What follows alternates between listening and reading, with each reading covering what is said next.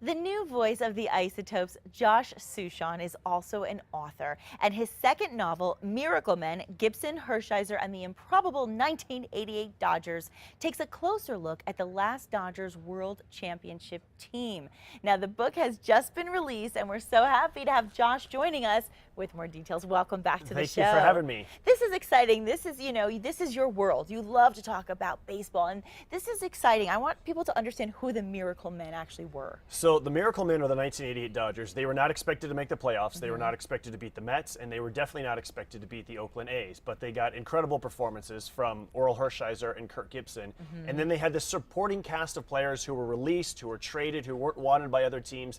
And they had the best year of their lives. It all came together, and they won this Improbable World Series 25 years ago. So unexpected, but so exciting for so many people. So for you, I want to know, what makes this particular team, out of all the teams out there, and this stories, what is so compelling about it? Okay, so I grew up in Northern California, and I was a diehard A's fan. So that team broke my heart as a 15-year-old kid, actually. I was devastated.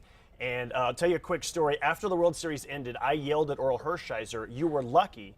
It ended up in Sports Illustrated. Peter Gammons wrote about it. It's the final paragraph in Sports Illustrated. Then I told Hershiser about it 10 or 12 years later when I met him. So now we have this unique relationship where instead of saying hello and goodbye to each other, I say "you were lucky," and he says "grab a bat," because that's what he told me as a 15-year-old. Oh, gosh. And then Hershiser wrote the foreword for the book, so it's only fitting that this guy who I hated as a kid, now we have this unique relationship and we're friendly, and he wrote the foreword. Story. Oh, I love it. It gives me the chills. I love stories like that. So obviously you have a relationship with him, and you've spent hundreds of hours interviewing other players and coaches and broadcasters, and so many people, like not even, even fans. I mean, nobody was excluded from your process. So I want to know more about the research and what you had to do to write a book like this. Yeah, well, it's a lot of fun because you tell people about this story and they get excited, they want to talk about it. But also, it was so long ago, people forget. That's so true. I would bring up a game and they would look at me with this look on their face like, "Dude, I have no idea what you're talking about." Dude, that was a really long time ago. Yeah, I can't remember. So talking to people and trying to put the stories together. And also, I didn't want to just tell the legends. I wanted to tell the real truth.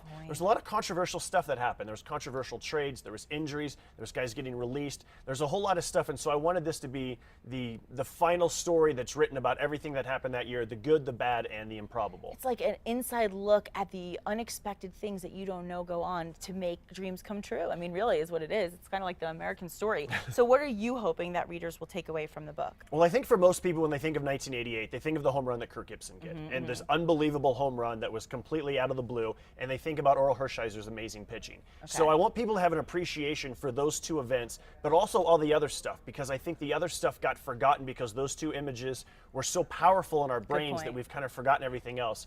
And I want them to, it's kind of a time capsule for 1988. I want them to go back and feel like this was 1988 again, before cell phones, before the internet, before 24/7 Sports Center, and hopefully they'll be like, wow, it was a different game back then, and hopefully end up with a big smile on their face. And people will have an opportunity to actually meet you at a book signing that's taking place tomorrow at Barnes & Noble, and they can find out a lot more. So what are the details? Yeah, so it's at the Barnes & Noble in Coronado Mall. I'll be there at 2:30. I'll be there for about 60 to 90 minutes. I'll be signing autographs of the book. Also be answering questions, and so people can, whatever questions they have about the book, about the team, some of the stuff that we're talking about, I'd be happy to answer their questions. So cool. Josh, thank you so much. Thank you for writing the book and sharing some history with us, and continue to be a great voice as you've been doing. Thank you. You got to come out to Isotopes Park. I'd love to. We got fireworks tonight and tomorrow. Invitation on the air, right? Absolutely. Come on out. Thank you so much.